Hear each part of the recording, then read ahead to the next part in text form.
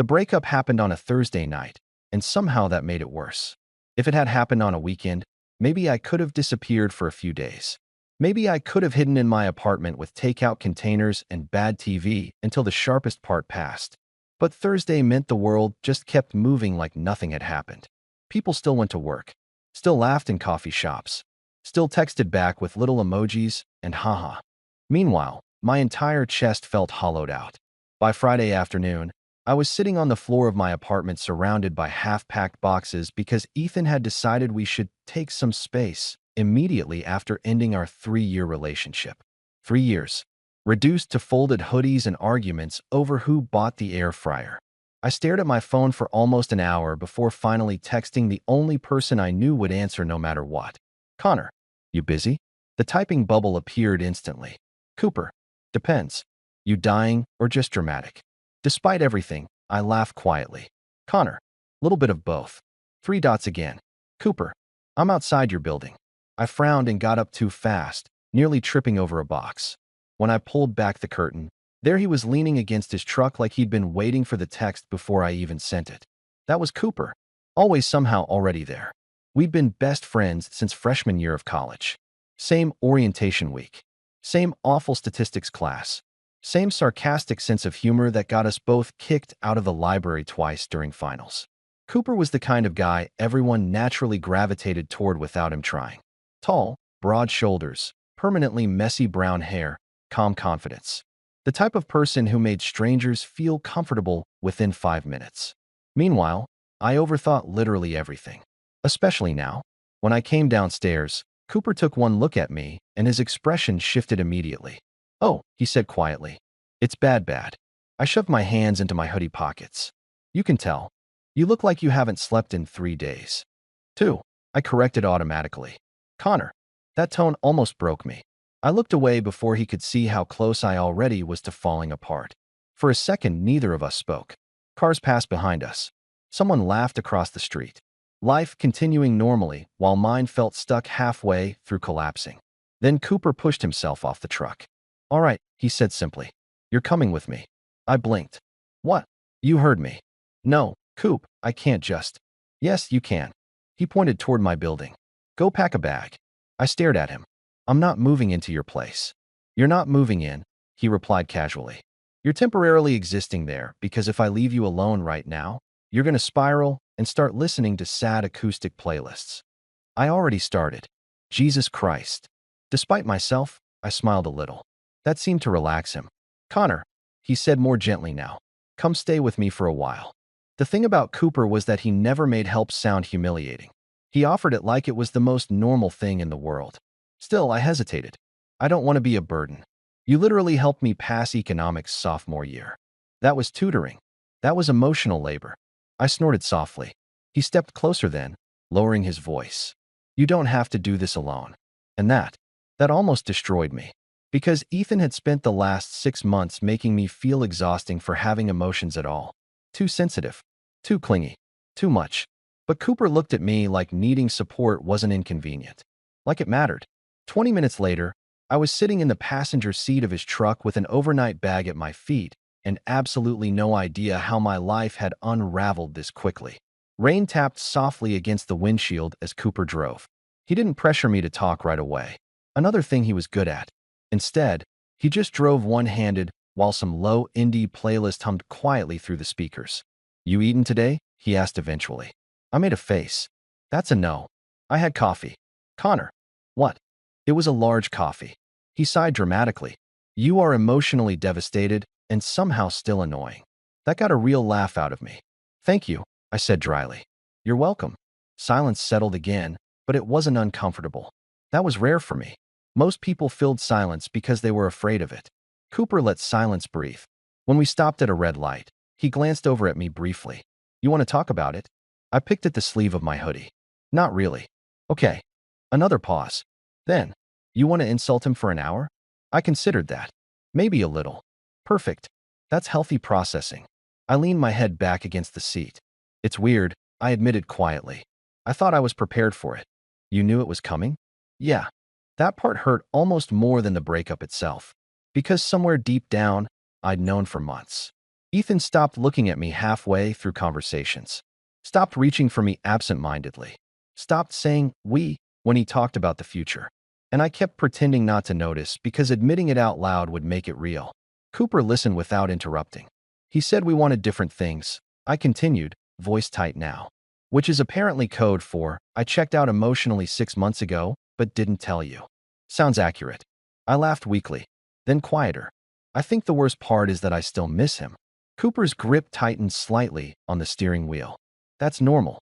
Feels pathetic. No, he said immediately. It feels human. The conviction in his voice made my chest ache unexpectedly. I turned to look out the window before he noticed.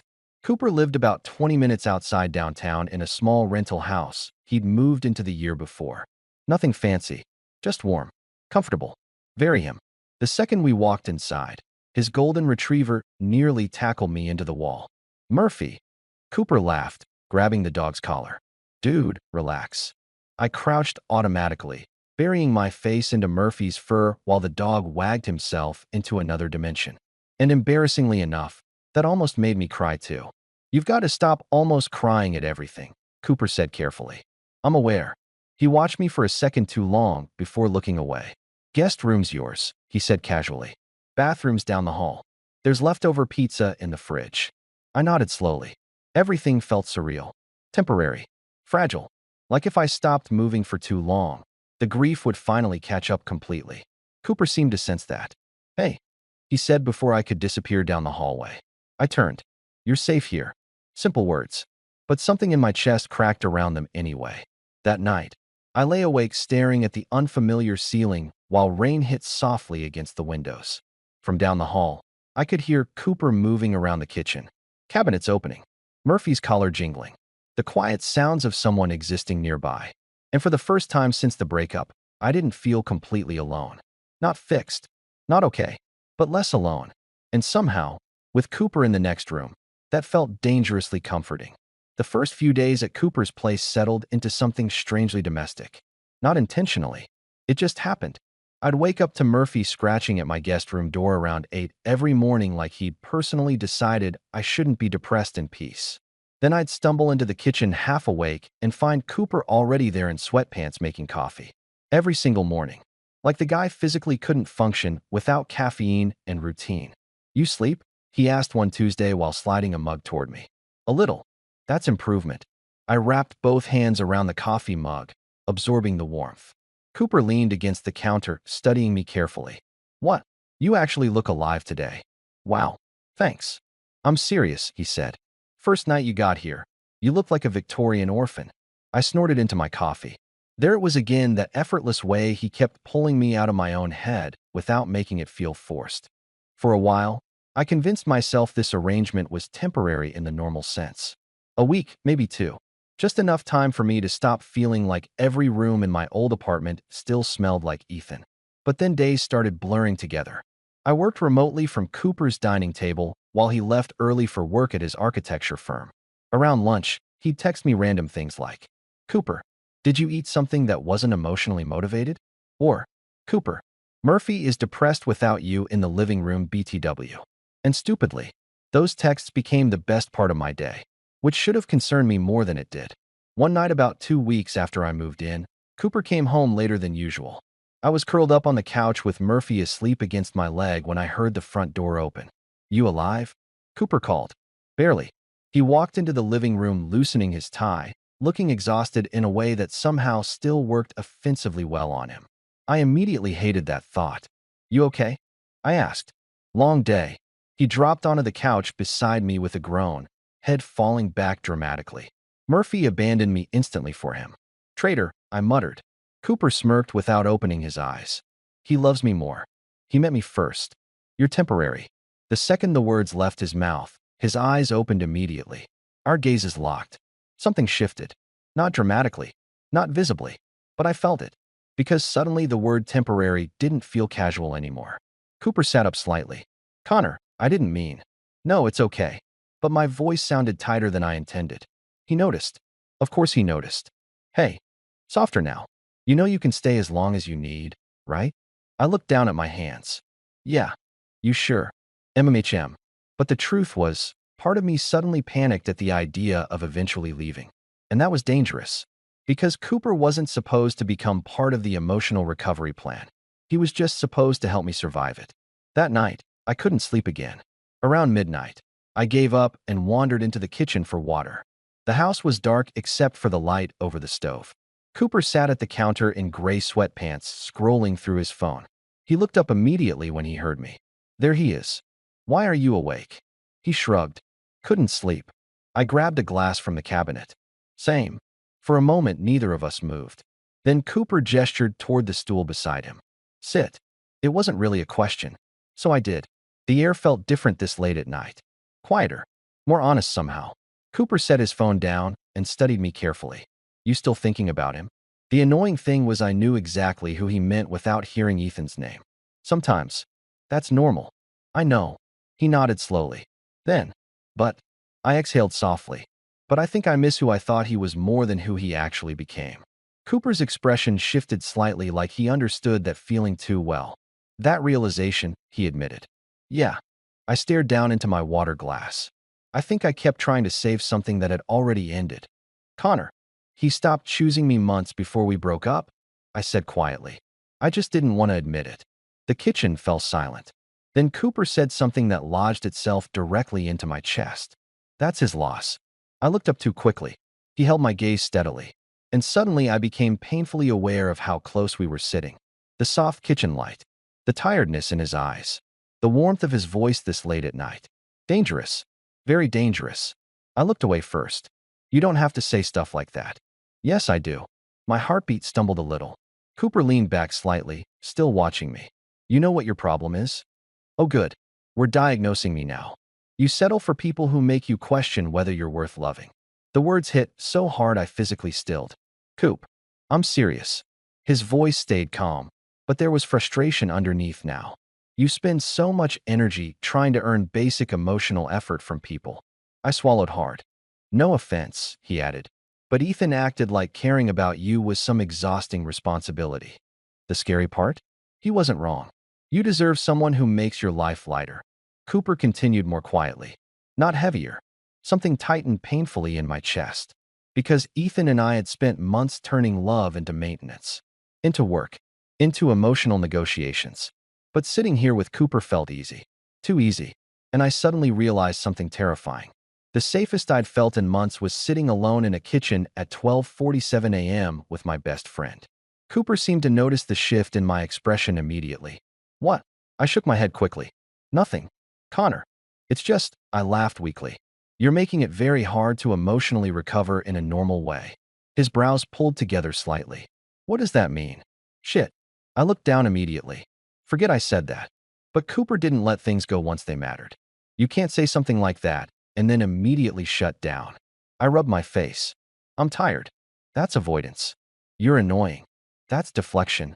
Despite myself, I smiled. And Cooper smiled too. Small. Soft.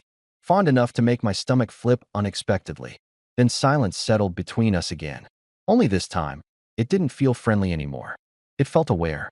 Cooper looked at me for a long second before speaking carefully. You know I'd never let anyone hurt you on purpose, right? The sincerity in his voice completely wrecked me. Because he meant it. No hesitation. No performance. No emotional distance. Just truth. I stared at him too long. And for one horrible, terrifying moment, I wondered what it would feel like to kiss him. The thought hit so suddenly I almost stood up immediately. Instead, I gripped the edge of the counter tighter. Cooper noticed that too. His expression shifted slightly. Connor, I should go to bed. The words came out too fast. I stood before he could answer. But as I turned toward the hallway, Cooper quietly said my name. I stopped. When I looked back, his expression had softened into something unreadable. Good night, he said gently. And somehow that felt more intimate than it should have. After the kitchen conversation, things changed. Not openly. That would have been easier. Instead, everything shifted in tiny, unbearable ways that only made me more aware of Cooper constantly. The way he looked at me longer now. The way silence between us suddenly felt charged instead of comfortable. The way my entire body seemed hyper-aware whenever he walked into a room. It was a problem. A massive one. Because Cooper was still my best friend. Still the person who picked me up off the floor after my breakup. Still the safest thing in my life. And now my brain had decided to ruin it. 3 days after the almost confession in the kitchen, I was making pasta while Cooper sat at the counter pretending to work on his laptop. Pretending being the key word. You've reread the same email 6 times, I said without looking up. I'm multitasking. You're staring at me boiling noodles. Efficiently. I laughed despite myself. That sound seemed to affect him more than it used to. I noticed because Cooper suddenly went quiet afterward. When I glanced over, he was already looking at me. Not casually. Not accidentally. Just looking. My stomach tightened immediately. What? He blinked once like he got caught. Nothing. That's a lie. He leaned back in the stool slightly, exhaling through his nose. You seem better lately. The sincerity in his voice caught me off guard. Oh, like actually better, he clarified. You smile more now. I looked down quickly, focusing on stirring pasta that absolutely did not need stirring anymore. Probably because I'm not constantly being emotionally drained. Cooper's jaw tightened faintly. Still want to fight your ex, by the way? I laughed softly. You're weirdly protective. His response came immediately. Of you? Yeah. The kitchen suddenly felt too warm. I turned the stove off just to have something to do. Neither of us spoke for a second. Then Cooper said carefully, Connor. The tone alone made my pulse jump. Yeah. He hesitated. And that scared me more than if he'd spoken immediately. Because Cooper wasn't usually hesitant. Finally, have I done something weird recently? My entire nervous system short-circuited. What? You heard me. I kept my back toward him. That's a suspicious question. I'm serious. I swallowed hard. Why are you asking? Silence. Then quieter. Because things feel different. Oh, that was bad. I gripped the edge of the counter a little tighter. Cooper continued carefully, like he was choosing every word before speaking it. And I can't tell if it's in my head or not. My heartbeat was so loud I was convinced he could hear it. I turned slowly. Cooper sat there watching me with an expression I'd never seen from him before. Nervous. That realization alone nearly unraveled me. You're my best friend, I said carefully. I know. But, God, he really didn't let anything go. I looked away immediately. Connor. The softness in his voice made it worse somehow. I don't know what's happening, I admitted finally. Cooper went very still. Neither of us moved. The air between us felt fragile now. Like one wrong sentence would permanently alter everything. Then Murphy wandered into the kitchen carrying one of Cooper's socks like the universe itself decided we needed interruption before spontaneous emotional combustion occurred. Cooper laughed suddenly, tension cracking slightly. Oh my God, he muttered. That dog has terrible timing. Relief flooded me so fast it almost hurt. I crouched automatically to take the sock from Murphy. You're disgusting, I informed the dog gently. Behind me, Cooper stood from the stool. I felt him close before I heard him. Too close. My breath caught slightly. Then his hand landed lightly against the middle of my back. Just for balance. Just moving around me. Just normal. Except it didn't feel normal anymore. The contact lasted maybe 2 seconds. Still, every nerve ending in my body noticed. Cooper noticed me noticing too. I knew he did because his hand disappeared immediately. The silence afterward became unbearable. I'm gonna shower, he said suddenly. Okay. His voice sounded strained now. So the pasta doesn't overcook. It won't. Another pause. Then he nodded once and disappeared upstairs. The second I heard the bathroom door close, I sat down hard in the nearest chair and pressed both hands against my face. This was bad. This was catastrophically bad. Because I wasn't imagining it anymore. Something was happening between us. And judging by the look on Cooper's face 5 seconds ago, he felt it too. That realization haunted me for the rest of the night. By midnight, I'd fully convinced myself I needed to leave. Not forever, not dramatically, but enough to get my head straight again. Because falling for your best friend while temporarily living in his house after a breakup was exactly the kind of emotionally reckless decision future me would deeply resent. So naturally, I started browsing apartment listings at 12:30 in the morning, which was apparently obvious. Because Cooper appeared in the living room doorway wearing a black hoodie and sweatpants and immediately narrowed his eyes at my laptop screen. What are you doing? I closed the tab too fast. Nothing. Connor. Damn him for knowing every version of my voice. He walked closer slowly. What are you looking at? Apartment stuff. The words landed heavily between us. Cooper stopped moving. Oh, that one syllable hurt more than it should have. I looked down at my laptop instead of him. I can't stay here forever. Why not? The response came too quickly. I glanced up. Cooper stood near the couch now, shoulders tense in a way I recognized immediately. Defensive. Because this was supposed to be temporary, I said carefully. According to who? Coop. No, seriously. His voice stayed calm, but barely. Who decided that? My chest tightened. You didn't sign up for a permanent roommate. That's not what this is. The second he said it, silence crashed into the room. Because we both heard it. Not roommate. This.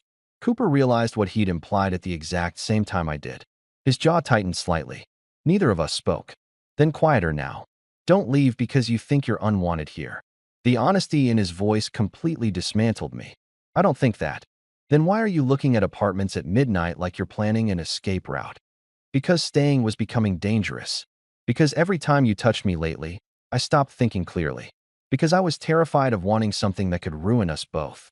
But I couldn't say any of that. So instead, I just don't want to overstay. Cooper stared at me for a long moment. Then finally, you could never overstay. The room went painfully quiet. And suddenly, I understood something I wasn't prepared to face yet. This wasn't one-sided anymore. Not even close. The tension after the apartment conversation became impossible to ignore. Not dramatic. Not explosive. Just constant. Like static under my skin every time Cooper walked too close or looked at me too long. And the worst part? Neither of us knew how to address it without potentially detonating the entire friendship. So naturally, we both pretended nothing was happening. Badly. 4 days later, Cooper invited me to a friend's birthday gathering downtown. You don't have to come, he said while searching for his keys. But you've barely left the house besides grocery runs and emotional support target trips. I hate that you're right. I'm always right. You're deeply humble too. He grinned. It's one of my best qualities. I almost said no. Honestly, I should have. Because spending an evening watching Cooper exist around other people while I secretly spiraled over him sounded psychologically unhealthy. But staying home alone sounded worse. So an hour later, I found myself sitting beside him at a crowded rooftop bar, trying very hard not to stare at his hands every time he talked. Which was apparently my life now. This is Connor, Cooper told one of his coworkers casually. He's temporarily adopted me after a breakup. I blinked. You mean you adopted me? No, he replied immediately. You arrived emotionally damaged. Very different. His coworker laughed. And suddenly I became aware of something strange. Cooper talked about me constantly. Not in a weird way. Not excessively. But naturally. Comfortably. Like I was already integrated into his life. At one point, one of his friends smirked and said, pretty sure this is the happiest Cooper's been in months. Cooper rolled his eyes immediately. Relax. No, seriously, another friend added. You smile way more lately. I looked down into my drink instantly. Because suddenly, I didn't know what to do with that information. Cooper noticed my reaction too. Of course he did. His knee bumped mine lightly under the table. You okay? Yeah. Lie. Huge lie. Because my chest suddenly felt unbearably tight. The night got louder as more people arrived. Music, laughter, overlapping conversations. Normally social settings drain me quickly, but Cooper stayed subtly anchored to me the entire evening. Checking in. Pulling me into conversations. Making sure I never stood alone awkwardly. At one point, I stepped away to grab another drink from the bar. The bartender had just handed it over when a voice beside me said, You're Connor, right? I turned. Tall guy. Dark hair. Probably around our age. He smiled easily. I'm Nathan. I know Cooper from volleyball. Oh hey. Nathan glanced toward the table where Cooper sat laughing at something one of his friends said. Then back at me. He talks about you constantly, by the way. My stomach flipped unexpectedly. What? Nathan laughed softly. It's actually kind of adorable. Before I could respond, Cooper looked over and immediately noticed us talking. His expression changed instantly. Not angry. Not dramatic. Just sharp. Possessive, my brain supplied unhelpfully. Nathan seemed to notice too, because his smile widened slightly. You should go save him, he joked quietly. What? He's doing that thing where he pretends not to stare. Heat rushed straight into my face. Oh my God. Nathan laughed again and wandered off before I could embarrass myself further. I stood frozen for half a second, then slowly looked back toward the table. Cooper was absolutely staring. The second our eyes met, he looked away. My heartbeat became completely unmanageable. Later that night, rain started unexpectedly. By the time we left the rooftop bar, The streets were soaked in reflected city lights. Cooper shrugged his jacket off immediately and held it over my head before I could protest. You'll get sick. You're literally getting rained on right now. I'm stronger than you. That's not medically relevant. He laughed quietly. And then, without thinking, he reached for my wrist while we crossed the street. Not dramatic. Not even fully holding hands. Just guiding me through traffic instinctively. But neither of us let go immediately after reaching the sidewalk. The realization hit at the exact same time. Both of us slowed slightly. Rain fell around us in soft, steady sheets while the city blurred gold and silver around the edges. Cooper's fingers loosened carefully from my wrist. Neither of us spoke. The walk back to the truck suddenly felt too quiet. Inside, rain hammered softly against the windshield while Cooper started the engine. Still silence. Then finally, Nathan flirted with you. I turned too quickly. What? Cooper kept his eyes forward. At the bar. Oh. The single syllable sounded painfully guilty despite the fact I'd done literally nothing wrong. Cooper exhaled slowly through his nose. You seemed into it. That startled me enough to laugh, once in disbelief. You cannot be serious. Now he looked at me. Why? Because, I said carefully, I spent the entire night trying not to have a nervous breakdown every time you touched me. The words escaped before I could stop them. Silence. Heavy. Immediate. Total. Cooper's grip tightened on the steering wheel. Neither of us moved. You what? He asked quietly. Shit. I stared straight ahead now. Forget it. No. His voice stayed calm, but there was intensity underneath now. You don't get to say something like that and then bail. I swallowed hard. Rain blurred across the windshield in streaks of light. Finally, barely above a whisper. I don't know how to be around you lately. Cooper went very still beside me. Connor, you're my best friend, I said quickly.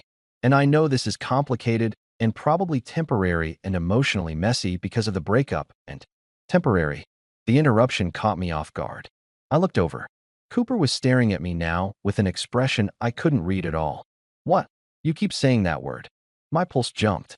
Because it is. Is it? The way he said it made my entire chest tighten. Neither of us looked away this time.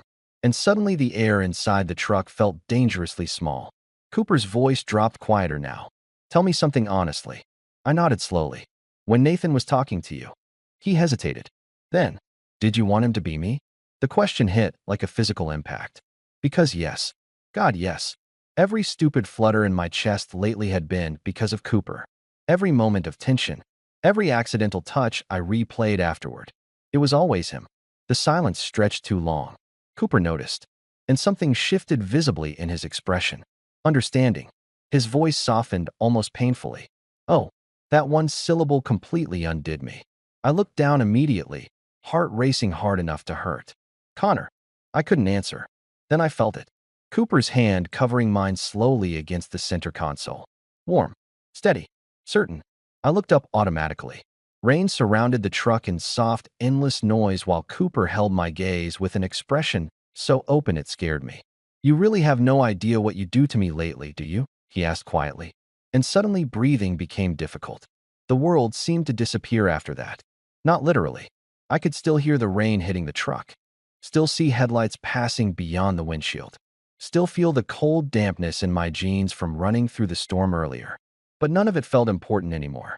Because Cooper was still holding my hand. And looking at me like he'd been trying not to say something for weeks. You can't say things like that, I whispered finally. His thumb moved once lightly against the back of my hand before he answered. Pretty sure you started this. Despite everything, a shaky laugh escaped me. Cooper's expression softened immediately at the sound. God, that look again. That unbearable fondness that made my chest ache. I thought I was losing my mind, he admitted quietly. What? The past few weeks. His eyes searched mine carefully. You started looking at me differently after the breakup. Heat rushed straight into my face. You noticed? Connor, he said softly, almost laughing. You stare at me like you're trying not to. Which, unfortunately, true. I looked away instantly. Cooper squeezed my hand gently before letting go entirely. The loss of contact felt immediate. You know what the worst part is? He asked. I shook my head slightly. I was trying so hard not to make your life more complicated. The sincerity in his voice wrecked me all over again. You were recovering from Ethan, he continued. And I kept thinking if I crossed a line, you'd eventually regret it. I wouldn't. The response came too fast. Too honest. Cooper went very still. Rain filled the silence between us. Then carefully, "You sound very sure about that." Because I was. Terrifyingly so. I swallowed hard. "This is probably a horrible idea." "Probably," he agreed quietly. Neither of us moved. Neither of us looked away. And suddenly I understood something dangerous. Neither of us wanted this to stop anymore. Cooper exhaled slowly before speaking again. "I need you to tell me something honestly." "Okay. Am I just for bound damage?" The question hurt instantly because I understood why he'd ask it. "No," I said immediately. Cooper watched me carefully. "I swear to God, Coop, if anything, this would have happened eventually anyway." His brows pulled together slightly. "What does that mean?" I laughed nervously once. "It means I've probably been a little in love with you longer than I should admit out loud." Silence. Complete silence. Cooper stared at me like the words physically stunned him. Then, "Connor." My heart nearly stopped. The way he said my name, soft and disbelieving and full of something overwhelming, completely shattered whatever emotional stability I had left. I rubbed a hand over my face immediately. "This is ruining the friendship forever, by the way." To my surprise, Cooper laughed quietly. Then, "I really don't think it is." I looked up again. He was smiling now. Small, warm, nervous in a way I'd never seen from him before. "You know what's actually ruining me?" he admitted. "What?" "The fact I've wanted to kiss you for like a month." My entire nervous system short-circuited. "Oh, yeah." The truck suddenly felt way too small again. Cooper leaned back against the seat slightly, studying me carefully. "I'm trying very hard to behave responsibly right now." "That makes one of us." That got another soft laugh out of him. Then quieter. "Connor." The way he kept saying my name tonight felt dangerous all by itself. "Yeah. If I kiss you right now." He hesitated. "I need to know you won't panic tomorrow." The thing about Cooper was that even now, even here, he was still trying to protect me first. And that realization made my chest ache almost unbearably. I shook my head slowly. "I won't." His eyes searched mine one last time like he was giving me every possible chance to change my mind. I didn't. So Cooper moved. Slowly. Carefully. One hand came up lightly against my jaw, warm from the heater inside the truck. And then he kissed me. Soft at first. Tentative in a way that shocked me considering how confident Cooper normally was. Like he genuinely didn't know what this would do to us either. But the second I kissed him back, something in him relaxed instantly. The kiss deepened carefully, not rushed, not messy, just full of weeks of restrained tension finally snapping. My hand gripped the sleeve of his hoodie without thinking, and Cooper made the quietest sound against my mouth. That nearly finished me emotionally. When we finally pulled apart, neither of us moved far. Foreheads almost touching, breathing uneven, rain still surrounding the truck in endless soft noise. "Well," Cooper said quietly. I laughed breathlessly. That sounded ominous. I was going to say there goes my self-control. I smiled before I could stop myself. Cooper stared at me for a second afterward like the expression physically affected him. "You have no idea how pretty you look when you smile like that." My stomach flipped violently. "Oh my God," I muttered, immediately covering part of my face with one hand. He laughed softly. "See?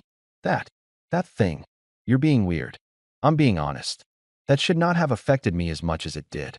The intimacy of this, not just the kiss, but the honesty afterward, felt almost more overwhelming. Because Cooper wasn't hiding, wasn't pulling away, wasn't pretending this was accidental. He looked relieved, like admitting it finally let him breathe properly again. Eventually, he glanced toward the rain-streaked windshield. "We should probably go home." Home. The word hit differently now. The drive back felt surreal. Not awkward. Not uncomfortable. Just fragile in a strange, beautiful way. Every accidental brush of our hands near the center console felt electric now. And when we finally pulled into the driveway, neither of us immediately got out. Cooper turned the engine off slowly. Silence settled around us again. Then he looked at me carefully. "You okay?" I nodded once. "Yeah." And somehow, for the first time in months, I actually meant it. The first thing Cooper said when we walked into the house was, "Well, this feels psychologically significant." I laughed immediately, mostly because if I didn't, I might actually combust from nervous energy. Murphy trotted into the hallway, wagging furiously like he could sense the emotional shift in the universe. "You missed absolutely everything," Cooper informed the dog. Murphy sneezed. "Valid response," I muttered. Cooper looked at me then. really looked at me. And suddenly the air changed all over again. Because now there wasn't uncertainty sitting between us anymore. Now there was knowledge. And apparently neither of us knew how to act normal with that information. "You want tea?" Cooper asked. That's the least seductive sentence anyone's ever said after kissing someone. He grinned immediately. "So that's a yes?" 5 minutes later, we were standing side by side in the kitchen while rain still hammered softly outside. The domesticity of it nearly killed me. Nothing dramatic had changed. And yet everything had. Cooper handed me a mug carefully, fingers brushing mine. Neither of us pulled away quickly. "Dangerous. Very dangerous." "You're smiling again," he observed quietly. I immediately looked down into my tea. "No, I'm not. You literally are. Stop perceiving me." He laughed softly under his breath. God, I loved making him laugh. That realization arrived suddenly and with enough force to scare me a little. Because this wasn't a crush built from fantasy anymore. It wasn't just attraction. It was Cooper, the person who memorized how I took my coffee, who bought my favorite cereal without asking, who stayed awake during my worst nights just to make sure I wasn't alone with my own thoughts too long. And now he was looking at me like this. Warm, careful, open. "Connor." The quietness in his voice pulled me out of my spiral immediately. "Yeah, you got really far away for a second." I exhaled softly. "Sorry. You okay?" The question carried real concern under it. Not obligation. Not caution. Just care. And maybe that's why I answered honestly. "I'm a little terrified." Cooper nodded immediately like he understood. "Same." That surprised me enough to laugh softly. "You? Terrified?" "Connor, I just kissed my best friend after emotionally yearning around my own house for like 6 weeks." I covered my face instantly. "Oh my God, don't say yearning. It's accurate. You're horrible. You like me." The confidence in his voice should have annoyed me. Instead, warmth spread straight through my chest. Cooper noticed that too. His expression softened immediately. "Come here." The words were quiet, gentle. I don't think he even realized how instinctively protective he sounded sometimes. Still, I moved closer. Close enough that our knees brushed lightly where we stood near the kitchen island. Cooper looked down at me with an expression so openly affectionate, it almost overwhelmed me. "This okay?" he asked softly. The fact he was still checking, still making sure I felt safe even now, completely unraveled me emotionally. "Yeah," I whispered. His hand slid lightly against my waist then. Not possessive, not rushed, just grounding. And suddenly I understood why being around Cooper always felt different from everyone else. He paid attention to everything. The way my breathing changed when I got anxious. The moments I retreated into myself. The tiny shifts in mood most people missed completely. Being cared for that carefully was almost disorienting after Ethan. "You're thinking again," Cooper murmured. "How do you always know?" "You get this little line between your eyebrows." Without thinking, he touched the spot lightly with his thumb. My heart absolutely collapsed. "That's deeply unfair," I informed him weakly. "What is?" "You being this nice while also looking like that." His eyebrows lifted immediately. "Looking like what?" I gestured vaguely at all of him. "You know, offensive." Cooper laughed loudly enough that Murphy lifted his head from the living room carpet in concern. "That might be the best compliment I've ever gotten. Don't let it go to your head." Too late. The ease between us should have felt strange after everything that changed tonight. Instead, it felt natural in a way that scared me more. Like maybe we'd been orbiting this for longer than either of us realized. Eventually, Cooper leaned back slightly against the counter. "Can I ask you something?" "Depends how emotionally devastating it is." His smile faded softer now. "When did you start feeling this?" I froze. Because unfortunately, I knew exactly when. "The night you picked me up after the breakup," I admitted quietly. Cooper went still. "I mean, not fully," I added quickly. But something shifted. He watched me carefully. "You made me feel." I struggled briefly for the right word. "Safe." The honesty in the sentence hung quietly between us. And Cooper's expression changed instantly. Something deeper. More vulnerable. "Connor," he said softly. "I know that's intense." "No." He stepped closer again. "It's not too much." 3 words. That's all it took. Because Ethan had spent months making me feel like every emotion needed reducing before it became acceptable. But Cooper looked at me like honesty wasn't inconvenient. Like caring deeply wasn't embarrassing. And suddenly my chest hurt with how badly I wanted this to be real. Maybe Cooper sensed that fear too. because his hand moved slowly up my arm before settling lightly against my shoulder. "I'm not going anywhere," he said quietly. The certainty in his voice almost made me emotional all over again. I looked away immediately with a weak laugh. "You realize this is objectively terrible timing, right?" "Probably. I'm freshly heartbroken. You're my best friend. We live together temporarily. This is like the setup to an emotional disaster." Cooper considered that seriously for a second. Then, counterpoint. "What? You already know I'll still be here when things get hard." That hit so deeply I couldn't speak for a moment. Because he was right. I already trusted him. Already knew how he loved people. Steadily. Patiently. Without making them earn it first. And maybe that's why this felt less frightening than it should have. The next morning felt strangely normal, which honestly should have worried me more. I woke up tangled in blankets with sunlight spilling across the guest room floor and, for one blissfully disoriented second, forgot everything that happened the night before. Then my phone buzzed. "Cooper, you alive?" And immediately my entire chest warmed. "Connor." Unfortunately, 3 dots appeared instantly. "Cooper, coffee's ready.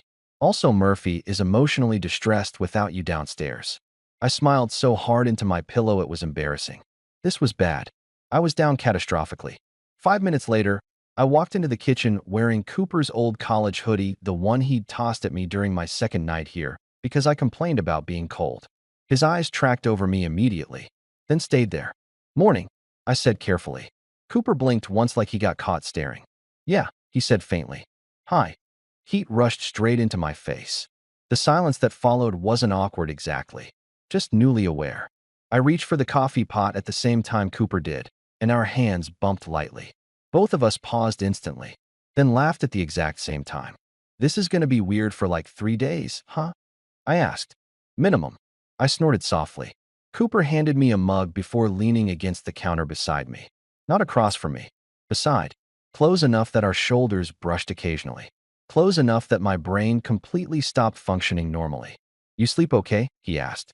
"Actually, yeah." His expression softened immediately at that. "Good. God. It should be illegal for someone to sound that happy over me getting decent sleep." Murphy wandered into the kitchen then and immediately pressed against Cooper's leg dramatically. "He senses emotional instability," Cooper explained. "He lives with us." "Of course he does." The "us" slipped out before I could stop it. Cooper noticed immediately. So did I. The kitchen went quiet for half a second. Then, very softly, "I like the sound of that." My heart nearly gave out on the spot. I looked down into my coffee immediately to avoid visibly combusting. This was the problem with Cooper. He said emotionally devastating things in the calmest voice imaginable. Around noon, Cooper announced we needed groceries. "We absolutely do not," I argued from the couch. "We're out of cereal. We have pasta. That's not breakfast." Not with that attitude.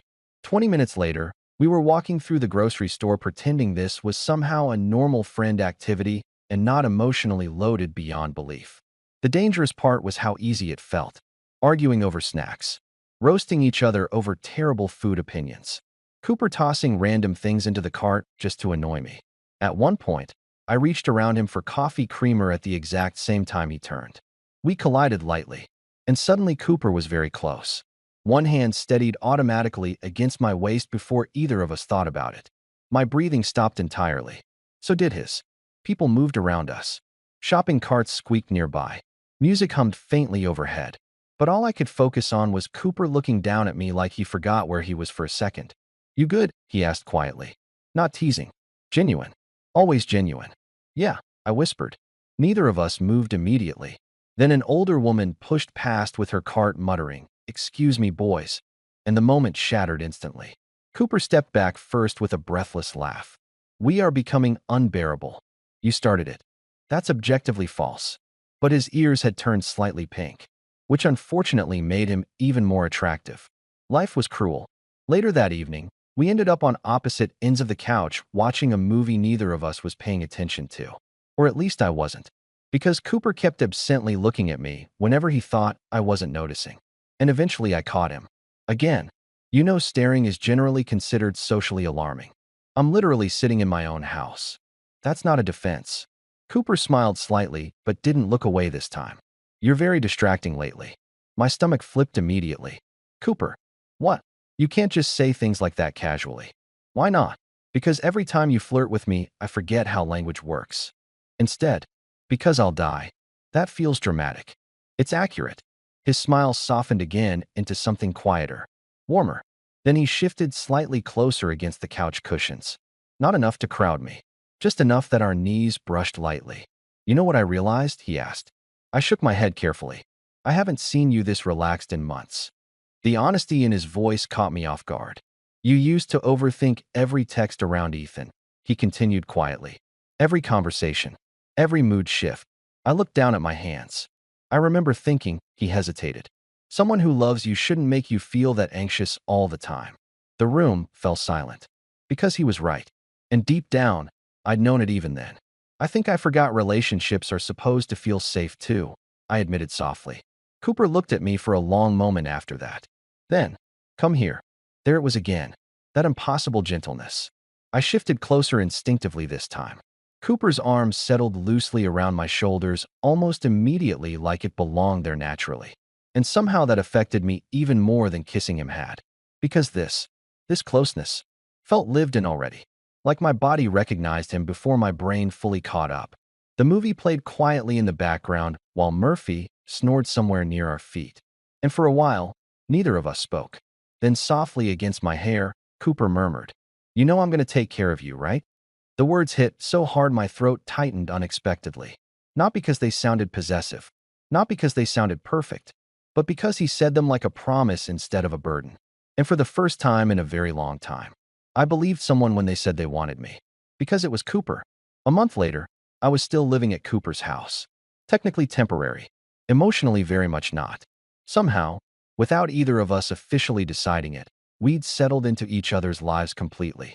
Morning coffee together, grocery runs, late-night conversations in the kitchen, Murphy rotating loyalties depending on who had snacks.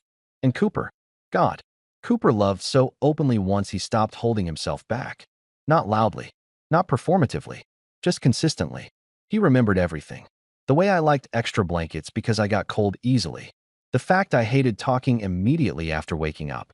Which songs calmed me down during anxious spirals. Being cared for that gently still caught me off guard sometimes. One Sunday morning, I was standing barefoot in the kitchen making pancakes while Cooper leaned against the counter watching me with absolutely zero shame. You're staring again. I'm appreciating the view. I looked over immediately. You're impossible. You like me anyway. Unfortunately true. He grinned when my face warmed. You know, he said casually, you're significantly happier now. That sounds fake. It's not. His voice softened slightly. You laugh easier. The sincerity in the observation made something ache warmly in my chest. Because Cooper noticed everything, even the quiet healing. I flipped another pancake carefully. I think I forgot what calm felt like. He was quiet for a second after that. Then, you deserve calm. The words settled somewhere deep inside me. Simple, certain, no hesitation attached. I looked over at him then. Really looked. At the soft, sleep-creased hoodie he stole from me constantly now. At the way sunlight caught in his messy hair. At the warmth in his expression every single time he looked at me lately. And suddenly I understood something terrifyingly clear. I wasn't recovering anymore. I was falling in love. Not dramatically. Not all at once. Quietly. Steadily. Like something inevitable. Maybe Cooper saw the realization happen in real time. Because his expression softened almost immediately. What? I smiled a little helplessly. Nothing. That's suspicious. I set the spatula down slowly before walking toward him. The second I stepped between his knees where he sat against the counter, his hands settled automatically at my waist. Natural. Like we'd always belonged this way. You know what's weird? I murmured. What? A few months ago, I thought my entire life was ending. Cooper's thumb brushed lightly against my side. And now? I looked at him for a long moment before answering honestly. Now I think maybe it was just making room for something better. The emotion that crossed his face almost undid me completely. Connor. The softness in his voice still affected me every single time. I laughed quietly. See? That thing. What thing? The way you say my name like it means something. Cooper stared at me for half a second. Then very quietly. It does mean something. And there it was again. That terrifying honesty. No games. No emotional distance. No making me guess whether I mattered. Just Cooper. I leaned down and kissed him softly before I could emotionally spiral any further. He smiled against my mouth immediately. Pancakes are burning, he informed me gently. Then perish. That made him laugh properly. Warm and bright, and completely unguarded. And honestly, I thought I could spend the rest of my life chasing that sound. Later that night, we ended up outside on the back porch wrapped in blankets while summer rain rolled softly through the neighborhood.